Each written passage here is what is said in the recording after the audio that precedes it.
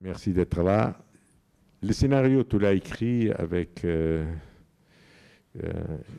avec quelqu'un et je ne me rappelle plus le nom, mais c'était vraiment une idée originale. Tu t'es inspiré à quelque chose ou c'est simplement le principe d'un mélodrame comme ça que tu voulais, qui t'a Mais amené? je sais même pas si l'idée était de faire un mélodrame. Mais en tout cas, comme j'ai fait dans les dernières années beaucoup de films dont les personnages principaux, enfin presque tous mes films, les personnages principaux étaient des femmes, j'avais envie de faire un film où le personnage principal serait un homme. Voilà. Eu perguntei-lhe se qual era o ponto de partida, se era verdadeiramente escrever um melodrama. Ele disse que não sabe se isso era exatamente o ponto de partida dele, só que ele, como praticamente todos os filmes, os últimos filmes dele eram escritos para papéis principais para mulheres, ele queria escrever um filme para que fosse um homem o papel principal. Non, parce que j'ai beaucoup entendu et beaucoup lu depuis maintenant que le film est sorti en France et qu'il a été montré au Festival de Venise ou ailleurs, que le film appartenait au genre mélodrame. Et heureusement ou malheureusement, ça c'est un débat, je pense que le concept de genre n'est plus vraiment pertinent en termes de cinéma aujourd'hui, même si historiquement il a représenté quelque chose de très important. Durante passou nos diversos festivais de Veneza e noutros e onde tem estado, o filme foi mais ou menos catalogado como um melodrama, mas ele pensa que no cinema atual essas categorias praticamente deixaram de existir, quer dizer que neste momento quer dizer, como é que se diz, não são tão nítidas e que ele não, para ele não é, quer dizer, não é uma definição correta do próprio filme. Mais enfin, le fait est que ce qui m'a toujours intéressé au cinéma, c'est que les genres, qui avaient une grande importance dans le temps, historiquement, étaient comme dépassés par quelques cinéastes qui sont ceux qui m'ont fait faire du cinéma. Par exemple, si je pense, je pense à de grandes hauteurs, mais si je pense à Mizoguchi, quasiment tous les films de Mizoguchi, enfin la plupart de ces films sont des mélodrames. Et si on s'en tient à l'idée de genre. Mais en même temps, ils sont bien au-delà et ils peuvent faire dire, je me demande comment tu vas traduire tout ça, ils peuvent faire dire que le mélodrame est le nom cinématographique de ce qu'on appelait à l'âge classique la tragédie. Portanto, mesmo na altura em que os filmes pertenciam a algumas destas categorias, melodramas, dramas, comédias, etc., o que lhe interessou sempre e os principais quer dizer, realizadores que lhe importaram e que ele acha que foram importantes e que são importantes na história do cinema, são aqueles que transcendem, de uma certa maneira, o género, esse género. Quer dizer, por exemplo, o Mizoguchi, que é um dos autores para eles mais importantes, sempre os filmes deles foram considerados, sempre, podiam ser considerados melodramas, mas são muito mais do que isso. E ele pensa que mesmo o que se poderia chamar no cinema como melodrama tem, no fundo, referências muito mais diretas com algo que se chamava antigamente a tragédia, as tragédias. Mais même si on pense à des cinéastes portugais, enfin d'une certaine façon, enfin puisque on est ici, au Portugal, l'idée de mélodrame a certainement une grande importance dans la cinématographie portugaise. E o melodrama, por exemplo, no cinema português para ele, já que estamos em Portugal, falamos nisso, um género que teve uma enorme importância no nosso cinema. Parce que c'est le nom cinématographique de la tragédie.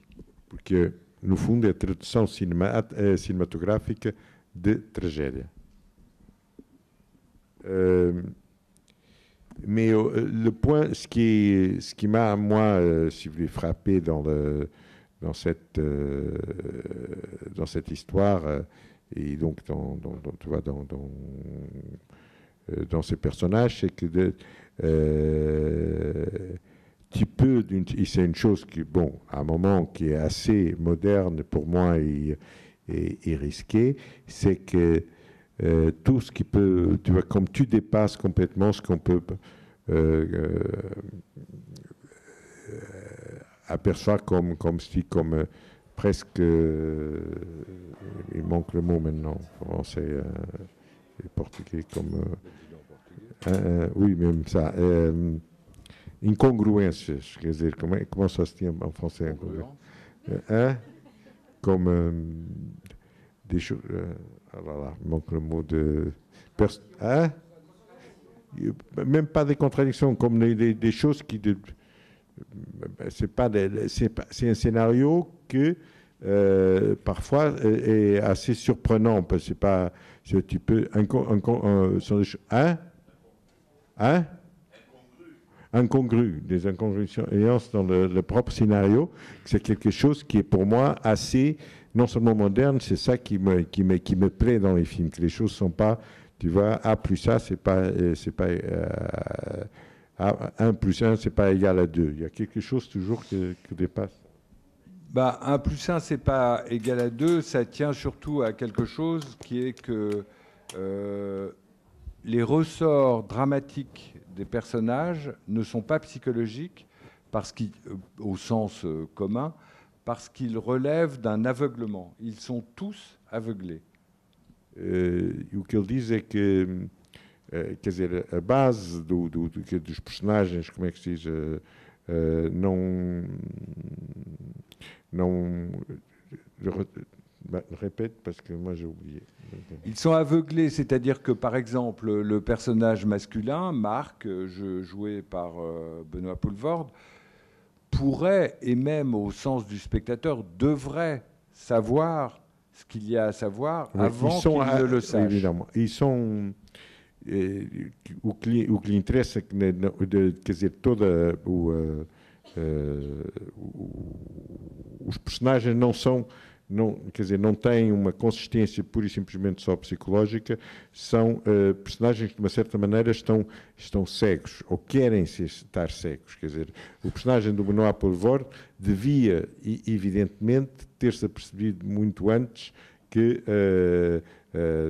quer dizer, qual era a relação das duas irmãs, quer dizer, e nunca quis ver isso, quer dizer, de uma maneira clara. Le spectateur sait toujours, avant les personnages, ce qu'ils pourraient savoir et qu'ils ne savent pas. O espectador sabe sempre, antes dos personagens, o que eles deviam saber e que não sabem ou que não querem saber. Mais c'est le cas pour chacun d'entre nous. Il y a toujours quelqu'un d'autre qui sait avant nous ce qu'on devrait savoir et qu'on ne sait pas. É o que se passa com praticamente nós todos, que muitas vezes há sempre alguém que sabe muito antes de nós o que nós devíamos saber. C'est ce qui fait qu'un certain docteur viennois a inventé ce qu'on appelle l'inconscient. É o que isso explica que certo doutor vienense inventou o que se chama o inconsciente. C'est-à-dire qu'on sait et qu'on ne sait pas à la fois. Sabemos e não sabemos ao mesmo tempo. Et depuis que ce docteur viennois existe, et depuis que le cinéma existe, les personnages de fiction savent et ne savent pas. E que desde que, bom, esse doutor vienense e que o cinema existe, os personagens de ficção, cinematográficos, sabem e não sabem ao mesmo tempo.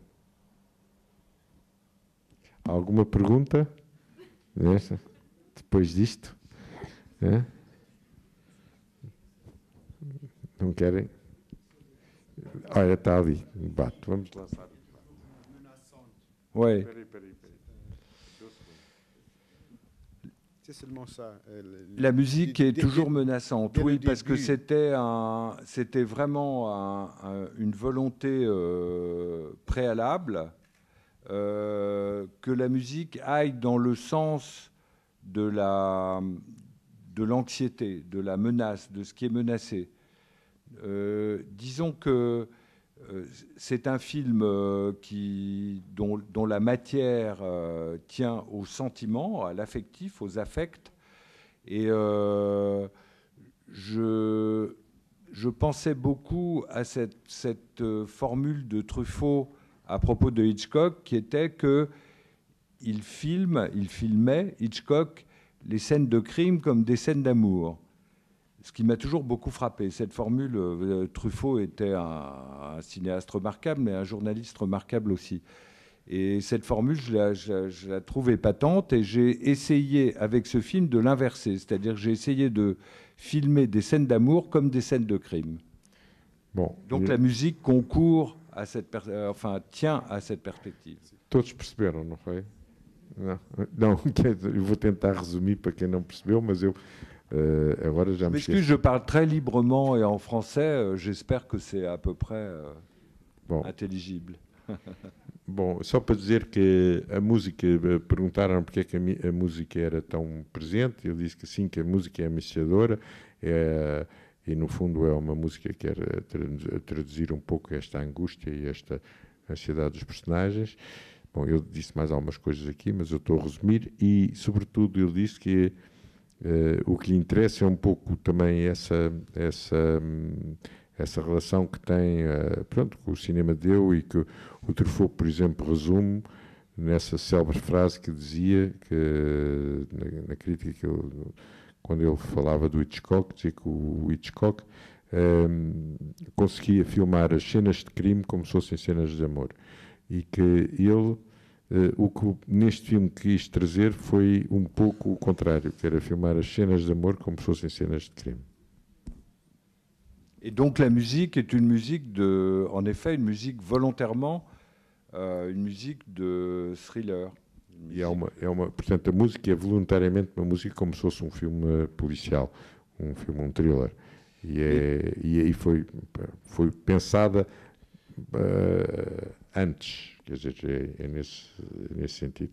En dehors même de l'aspect un peu théorique ou abstrait que je viens d'énoncer comme ça, il y avait ce vœu très sensible, si je peux dire, de filmer une histoire de sentiment, une histoire d'amour, non pas à la façon ordinaire d'une comédie sentimentale, mais selon quelque chose qui, me semble-t-il, est partagé par tout à chacun. C'est-à-dire qu'une histoire d'amour est toujours à la fois menaçante et menacée. Independentemente do lado abstrato que eu posso dizer, a ideia dele era filmar esta história de sentimentos, não como uma comédia normal, mas que como algo em que, no fundo, as pessoas se sentem ameaçadoras e ameaçadas. Il suffit de se souvenir de la plus récente ou de la plus ancienne, comme on voudra, déclaration d'amour qu'on n'a jamais fait à quelqu'un. É preciso lembrar-nos, sobretudo, da última, da mais importante declaração de amor que cada de nós faz a alguém. C'est terrifiant. É absolutamente aterradora. Est-ce que ça va marcher? Est-ce que je vais me prendre un râteau? Comment je vais m'habiller? Est-ce qu'elle va me trouver bien ou il? Est-ce que vai funcionar? Acho que vou levar uma estalada. Acho que como é que eu vou ir vestido? O que é que se vai passar? C'est le pire des suspens. Isso é o pior dos suspensos. Voilà. C'est un peu ce climat-là que je voulais évoquer. É este tipo de clima que eu queria aqui evocar neste filme. Parce que ça peut aller très très loin. On peut préférer se jeter par la fenêtre que d'aller au rendez-vous qu'on a fixé. Isto pode ir até muito longe. A certa altura até nos podemos decidir, em vez de irmos ao encontro, lançarmos pela janela abaixo. Et sans compter tous les malentendus qui peuvent s'en suivre. E todos os mal-entendidos que virão depois, não é? Qui deviennent des destins. Qui deviennent des destins. E que vêm acaba por ser os nossos destinos. Et qui fabriquent de la tragédie. e que depois acabam por passar a ser quase como pronto, passam a ser do domínio da tragédia. Bon, à part ça, tout ça est très intéressant et très amusant, mais en fait, ce film, je l'ai fait spécialement pour faire jouer les acteurs qui jouent là. Isto pode ser muito interessante, mas sobretudo foi para fazer, quer dizer, para trabalhar com os atores que estavam aqui, com os 4 principais atores. Ça me paraît très important de dire, quand on est cinéaste, que toutes les idées qui ont l'air d'être au départ, à la base et tout ça, en fait, viennent après le fait qu'on ait décidé de faire un film avec Benoît Poelvoorde, Charlotte Gainsbourg, Chiara Mastroianni et Catherine Deneuve. Voilà. E pode-se dizer que podemos ter todas as ideias, o que quisermos, isso tudo, mas no fundo elas, ao início, está o desejo de filmar com os atores, neste caso com o Poelvoorde, a Chiara, a Catherine Deneuve e a Charlotte Gainsbourg. Et que donc, d'une certaine façon, tout ce qui est en jeu dans le film, d'une façon plus ou moins directe, a un rapport avec ce qu'ils sont, ce qu'elles sont, chacun, chacune, personnellement. E tudo o que se passa no filme, no fundo, foi de uma certa maneira inspirado como é que elas são, no fundo, na própria realidade, pessoalmente. Je n'irai pas plus loin.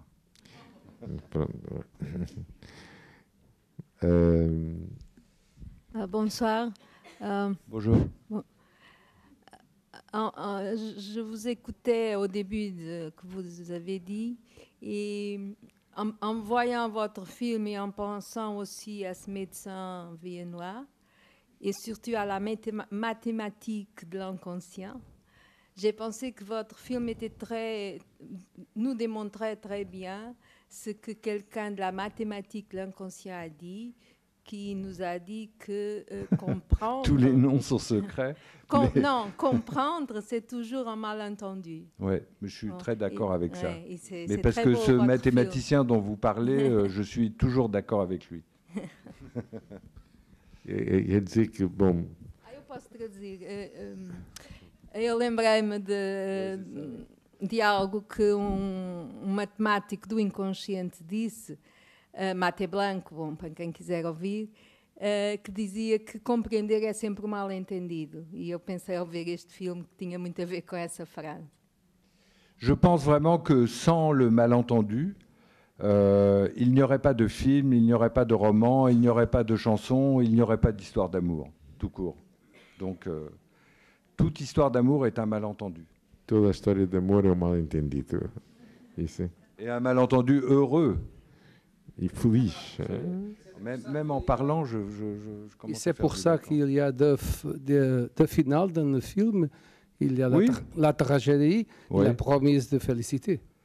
Oui, mais c'est une félicité, pour moi, une félicité imaginaire. Imaginaire. Ouais. Tout sur le personnage d'un rêve. Mais vous voyez, c'est ça qui est très passionnant, enfin, pour un metteur en scène, c'est que l'acteur principal, Benoît Poelvoorde, lui a joué le film en pensant, joué son rôle, en pensant que, en fait, tout le film était une vision une vision, vous savez, qu'il aurait eue au moment où il a un coma en sortant du parking pour aller au rendez-vous. Et que tout ce qui suit jusqu'à l'épilogue est une espèce de vision comateuse. Oui. Et que le seul moment réel est le moment du rendez-vous de la fin. Oui. Il n'y a que lui qui a pensé ça? Non, il y a des spectateurs, beaucoup. Mais moi, pas. Toi, pas. Não. Não, ele diz que, resumir, que o Benoît Poelvoorde, o ator principal, para ele pensa que depois de ter entrar em coma, que tudo o que se passou a seguir é como se fosse um sonho e que o único momento de realidade que é, portanto, o encontro final, onde ele encontra a Charlotte Gainsbourg, e que tudo o resto faz parte pura e simplesmente de um sonho quando estava em coma, portanto, que não é realidade.